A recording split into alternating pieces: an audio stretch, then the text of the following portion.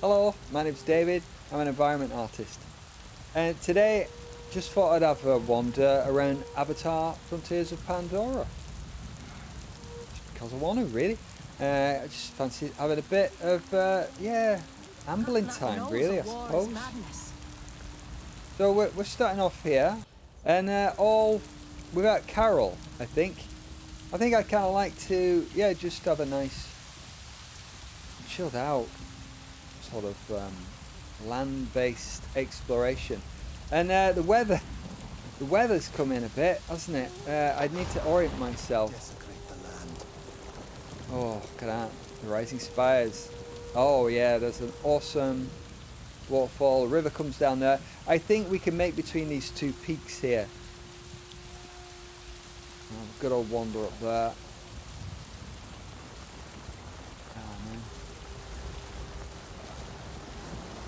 Never ceases to amaze me, just the variety of flora we've got in this world. And the character animation as well, you know, watch out, the hands just come up and brush aside bits of foliage and stuff. And it's just really good. It embeds the character in the world really well, I think.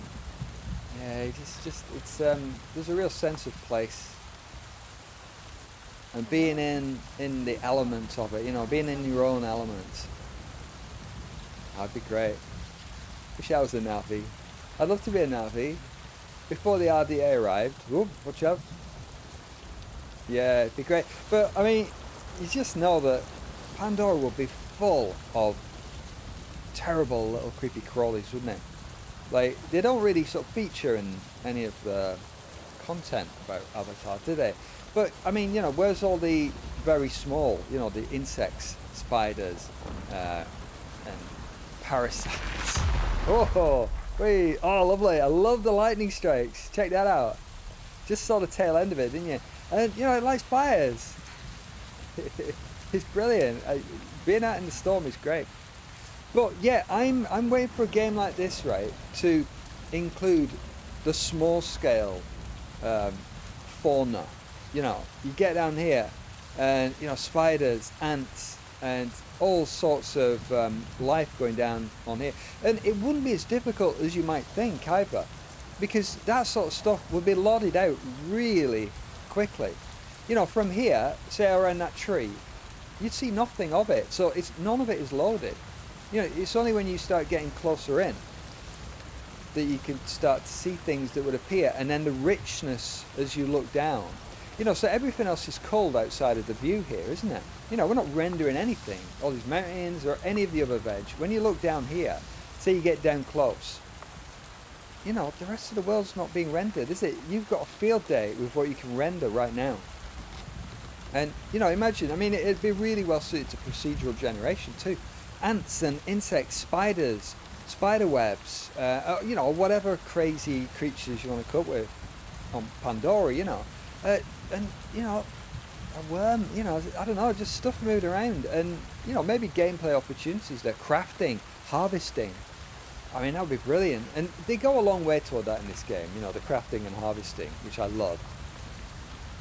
But, you know, there's so much room for bringing that amount of life into an open world game.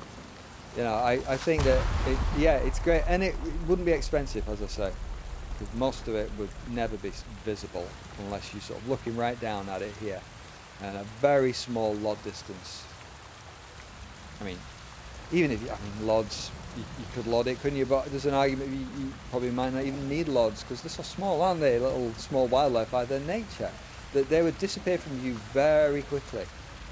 So it'd be great. I mean, imagine a little mini game where you're trying to get some sort of honey analog on Pandora.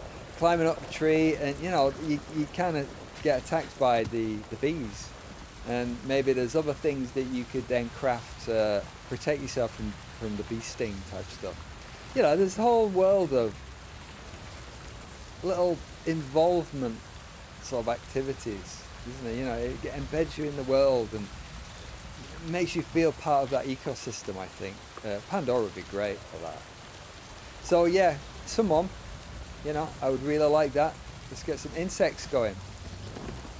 Yeah.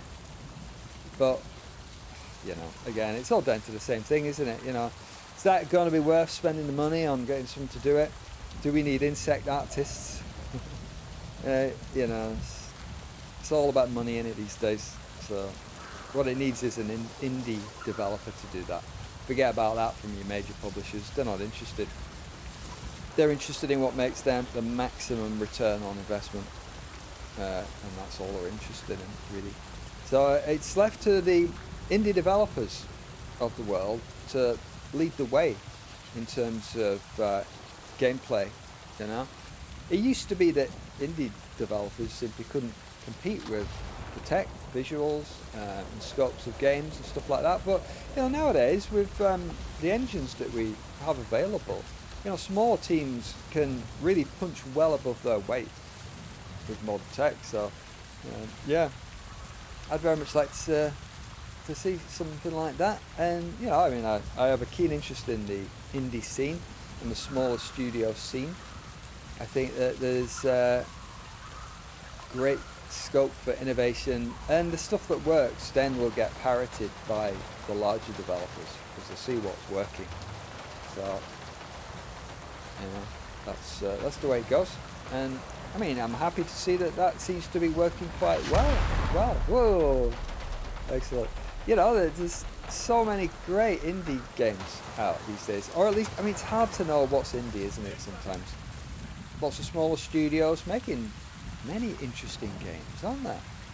I've covered a few of them recently, and I've been enjoying having a good old look at the smaller studios' output. And it's quite eye-opening just how many are European as well. And these European studios do seem to be concentrating more on, you know, what I call more humanistic sort of game themes. So I mean that it's not just shooty, you know, it's dealing with human themes, issues that are not all about combat. It's telling a story in their own way and using the world to tell that story as well, which is cool, isn't it? I think it's a really cool kind of storytelling when you're telling it through an interactive medium like games. I love that. Yeah, what have we here? Oh, he's having a good old wriggle around. Inspect. Sturmbeast, heavy hide. Yeah, it's like a buffalo kind of thing. Viewing the Hunter's Guide. A lot more information. All of that. I love that. A game developer cannot put enough of this in for my liking. You just can't put enough in. It's stuff like that, and stuff like the historical modes and the Assassin's Creed games. Things like that. I was sad to see the lack of that in Assassin's Creed Shadows. That was a real disappointment, actually, that. Because I think those historical modes are better than the actual games, to be honest. I'd rather go around learning in an interactive way about the history of ancient Greece, or, you know, Roman Britain, or Egypt, than go around and stabbing people. I mean, really? I mean, isn't that a more healthy way to spend your time than just murder simulators? I really love it when developers try anything that's not murder simulator, murder, kill. I think it's just such a dumbing down of this amazing medium that we've got here, with its power to tell stories and involve you in the world and the events, that 90% of the games are just going on about combat and shooting, and it just turns the medium into a skill or reaction based sort of event or pastime, doesn't it, really? I mean, yeah, I mean, you know, they can be fun, of course they can be fun. We all know that, don't we? But I think games in the games technology and gamers themselves are capable of a great deal more, and we've matured as an industry, you know, and so we have a lot of skill out there in the industry that's capable of telling more mature themes in this medium. You know, and the medium is maturing, definitely. You know, just like film matured. You know, you look at early examples of film. I mean, you know, it's just like pathetic slapstick, isn't it? And just a lot of rubbish, you know. But the game industry was the same. You know, we started off with Pong, a lot of old rubbish, but impressive for the time, you know. And Space Invaders, yeah, it's classic sort of, you know, beep, beep, beep, beep, boop, boop, pew, pew. But it's not telling us any story, or it's not really bringing us closer to any human experience that's interesting, is it? So it's very much parallel to the film industry, I think, and it's great to see, you know, more games coming out that are doing that. Now, just as an aside, this is where I was wanting to go, along these massive, huge binds that are kind of grasping and tangling around the rising spires here. It's just such a great way to get about, and you know, it's formed part of the design of the game, where you can get about the forest on these things, you know. Yeah, and you know, they give you these flowers, these rather cool gaseous flowers for us to inhale. Awesome. And you get a burst of speed and energy, and probably enthusiasm, and you're probably hyped to be running along these big old highways in the forest. That would be great. I mean, what a way to jog through the Kinglor forest, and you get these flowers just sort of giving you a little boost every now and again. I'm here for that. I'm here for that. It's brilliant. And you know, I bet you that stuff is really healthy for the Navi. I bet that increases their lung capacity, cognitive function, reaction times. I bet they're all over that. Yeah. Now, let's just check. We have come to Splitton Forest here. So, you notice that all the UI is turned off, of course. So, I've got myself lost. I have no idea which way north is. Oh, I can hear some RDA baddies over there.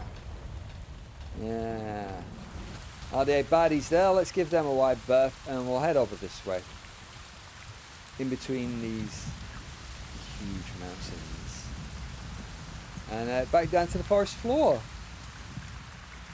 on this rather blustery Pandoran day. Notice the wind, which I'm fine with. It's a stormy day. Woo! Oh, that helped there. Cool. It's a stormy day. Hello, little lizard. How you doing? Hello. Where's he going? See, more like that, but on an even smaller scale. All sorts of little things like that crawling everywhere. Be amazing, wouldn't it? But yeah, it's a stormy day, blustery, windy. So yeah, looks about right to me. And notice the particulates in the air as well. Lots of leaves and windblown detritus. Not just rain coming down. Lots of different stuff. I love the hand animations as you're walking through the forest. They just fit in so well. They embed you in the world. I know I've said that loads of times, haven't I? But it does though. It just feels great. It really does feel good. This is like one of my favourite games for feeling embedded in the world, through the animation, through the controls. They've really, you know, they've really done a great job on like allowing you to navigate the world so fluidly. It's so lovely, yeah. It's, oh man, it's great, isn't it? I mean, look at that there. Doesn't that look good? Yeah, it looks great. It's such a pleasure, absolute pleasure. Man, it's so mysterious, isn't it, as well? Yeah, I've been doing this for a long time with this game. It's one of my go-to places, probably my main go-to place to relax and just chill out, take your mind off things, and just embed yourself somewhere else. Hello? Hello, my creature. We're at one with the forest at this point because my perk is such that wildlife doesn't really get bothered by me too much, as long as I don't draw a weapon and act like a dick, go around shooting and stuff. As long as I'm peaceful, the world's peaceful with me, so that's a great philosophy, I believe. I'm glad I came here on this lovely morning. Just having a good old mooch around. The sun is dappling the forest floor. Does that mean the storm might be abating? Yeah, the sun's up there. It's morning's getting on, and I have a vague idea that I'm kind of wanting to go like forward and right a little bit. I could be completely wrong in that, of course. But there are, you know, some potential landmarks as the weather clears that we could have a good look at. But anyway, let's move along here. Look at those vines there, all getting blown around in the wind. And these massive sort of fungus things. Great, aren't they? Aren't they really interesting? Yeah. Let's hop over there. Wow. Yeah, visual design in this game is so good. So good. They've spent so much effort on this. You know, you just look at the ground there. You know, it's not just a terrain mesh, is it, with some decent shaders on it. It's a terrain mesh with all sorts of supporting assets on it. It's just like, you know, the ground is so gnarly, isn't it? There's so many ins and outs. There's so much there. It's great to see this stuff. You know, from like playing games over the last, well, 45 years, I suppose. Yeah, it's wonderful to see how it's evolved from just flat planes, you know, flat planes with rubbish textures, to all the technology we've got going into generating surfaces. Yeah, it's brilliant. It's really cool. Oh, let's go under here with this sort of mossy awning. Right. Ooh. Is that the river there? Are we getting closer to the river? Oh no, it's no river, is it? What's this though? Ah. Oh, a bit of RDA gubbins in here. A bit of, yeah. What's happened here? Look, you know, maybe it's a cargo container that fell from a transport. Yeah. Various little bits. Some resources that we could collect if we wanted to. Some stuff there. Some ammo in there and all that. Yeah, we don't need that though. Ooh, trails of predators there as well. Yeah. Wow. Let's just move on. Let's see if we can't get our bearings though. So I'm just kind of used Spires as reference points, but they're all around me. They're all around me, so I'm not actually sure. Well, it's fairly clear that way, but that could be south as much as north. So, I mean, let's just carry on. Let's just carry on our relaxed little journey, because see that? I mean, our character just pushed that out of the way because it was all like face level, wasn't it? And that's exactly what you do as you're wandering through here. You know, your hand comes up instinctively to push stuff out of the way, and the character does that for you as well. So, you know, that sort of stuff hooks into your subconscious in terms of, you know, where your subconscious thinks you are at any given moment. And that sort of stuff embeds you in the world. It's really good design, that. Really great mixture of animation and controls. Yeah, I love it. Right, I think they might be the Hallelujah Mountains over there, or what passes for them. Yeah, I'm pretty sure that is looking further south, down to the lowlands of the Kinglor Forest, so swampies. So, yeah, We got it there. We got a Kinglor tree over there. That's a very revered tree in Kinglor Forest, of course. Kinglor are these little moths. There we go, Kinglor flowers, so we can gather them if we want. But there's a few missions based around these things. And we had to help some queen Kinglors, transplant them basically into new hive areas. You know, people go on about the missions are rubbish in this game. And I don't understand what people mean by that. You know, I mean, that example right there, a really cool, interesting mission. You know, you've got to, yeah, transplant colonies of a beneficial insect to new hives in the forest. Well, what's bad about that? That's a really cool quest.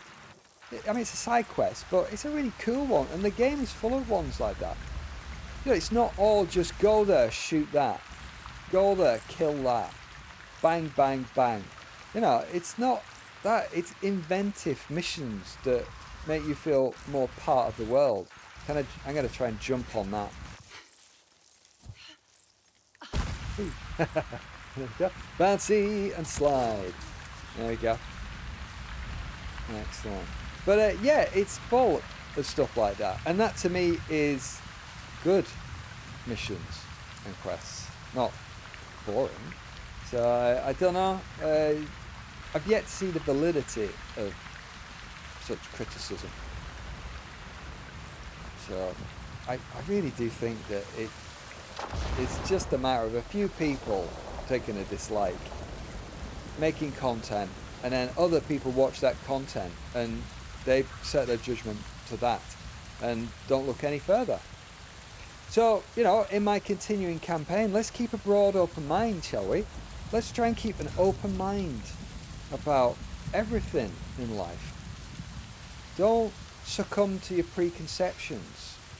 You know, just, there's nothing in life that is certain, you know, and our judge of things as human beings with our fallible brains is all too lacking so many times. Hello, human. How are you? Not going to talk to them.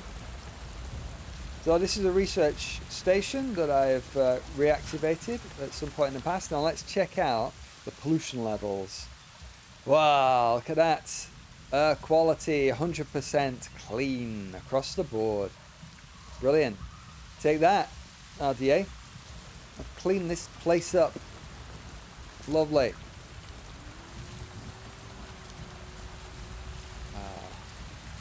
Excellent. I see a waterfall over there. Excellent. Now, one thing I would kind of like. I would kind of like to go up that waterfall. That's what we're definitely doing. But I was just going to say, one thing I quite like is like physical maps in the game. You know, I love that stuff that, you know, that stuff that embeds you in the world like that. I mean, I could open the map, but you know, I've turned the UI off for a reason. And so I would have really liked where you could just get it out of your inventory, perhaps a paper map or something that the character holds in the game, and bring it out a bit like the Minecraft maps, I suppose, isn't it? And that would be, yeah, that'd be really good, because I could just, you know, have a good look and put it away in my pocket and, you know, do it that way. But I'm looking to get further down here. Yes, I'll have a little run down here, because I'm going to go up past that waterfall on those amazing vines. So we can slip and slide down here. Well, being a Navi is great because, you know, you're big and strong, and the gravity is such that you can fall quite a long way on Pandora without too many hassles. Yeah, so we're going to make our way down there to slide. Whee! Cool. Nice sliding mechanic there. Look at that. Check that out all the way down. And I see a handy access point over there. Let's grab that. Follow me, lads. Up we go. Awesome. Yay. And some happy speed gas for us as well. Yeah, let's just carry on and enjoy going up this waterfall. It's good for the mind, this. I really do feel it's great, at least for my mind anyway. Just a little holiday on Pandora. Let's check out. That's a good waterfall, isn't it? Hey, there we go. Check that out. Excellent. So, you know, I'm wondering, I have been okay actually at directions. I've been trending north, so this is fine. We came from way down there, quite low down at the edge of the swamps really. So, lovely, yeah, nice effects there. I mean, I really like that lip of the waterfall. You know, it's got a good shape, hasn't it? Good speed, good volume, yeah, and oh man. Just looks, yeah, it looks really good. I love the waterfalls in this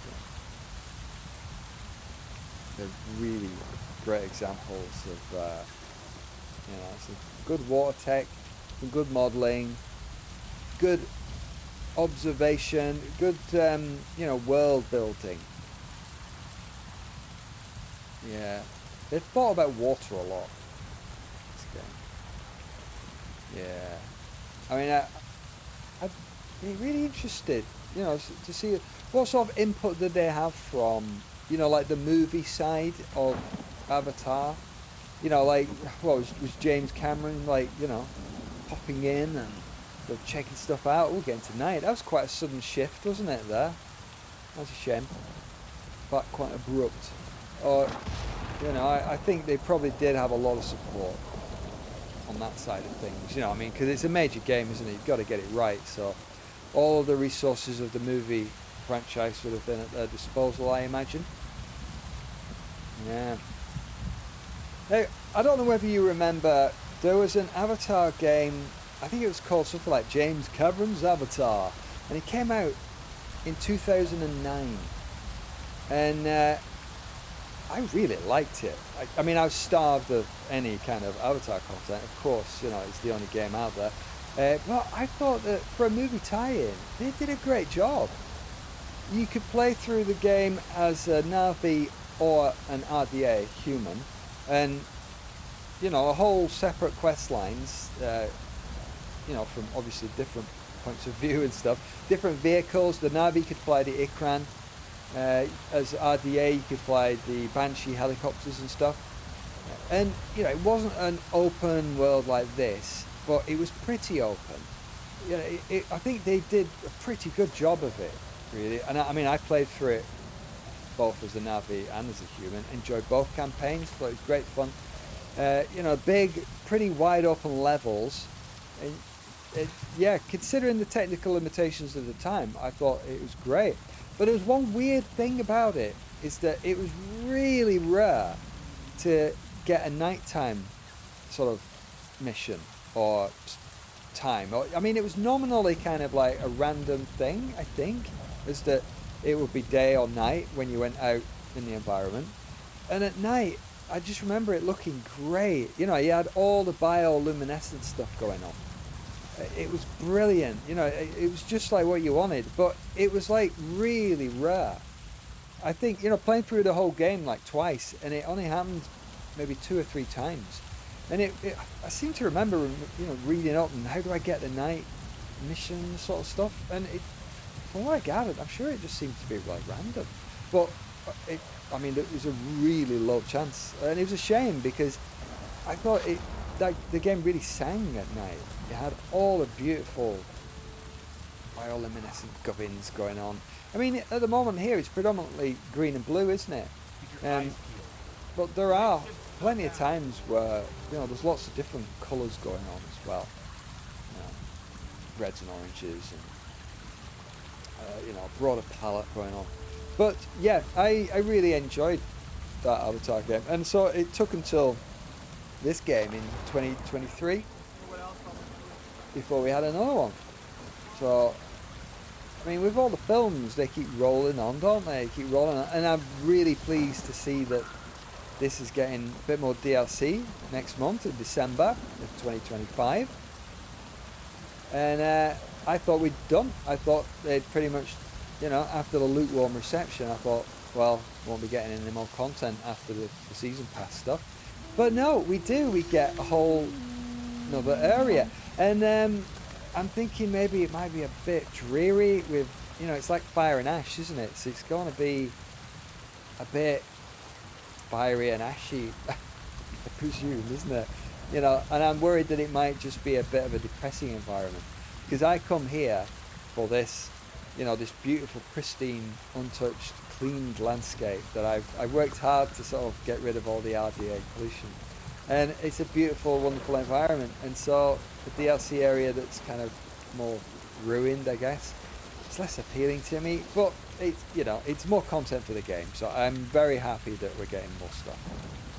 So yeah, I'm definitely be buying it. Another Kinglor tree here with the flowers all growing up it. Beautiful. Actually, I'm not sure it's a Kinglor tree. Let's just inspect. It's a Kinglor nesting tree. Yeah. Oh, a very old, beautiful tree. There's many Kinglor nests. Yeah, it's sacred to the Aranahe. Yeah. I mean, of course, it looks great. It's something worth holding sacred, I think, if you've got a thing in your environment, isn't it? Yeah. Excellent. So, this storm is still persisting, isn't it? And we've got the floating mountains up there. Excellent. Well, I think I might leave it there, except for one thing. I'm going to call Carol, and as we are in this region with these awesome shade leaf cane trees, it's going to be a lot of fun. So I think we'll end on a nice fun note. Hi Carol, it is good to see you, yes. Here we go. Right. So let's go up. A little bit of height. See how we're doing. Oh, there's home tree over there. Lovely sort of welcoming glow coming out of home tree. Beautiful. The wider landscape, the floating mountains. And we came from beyond the rising spires, all down there. I think we'll just dismount and have a little zoom down here. Looks like a likely prospect here. Whoa, whoa, whoa. Straight out of film. Excellent. I love doing a nice landing on those planks. Great fun. Great. I think I'll leave my relaxing time right there. I face the world. Yeah, thanks for joining me on that. I hope that's left you feeling relaxed and chilled as well. So I'll see you in another video soon. Thanks for joining me. Take it easy.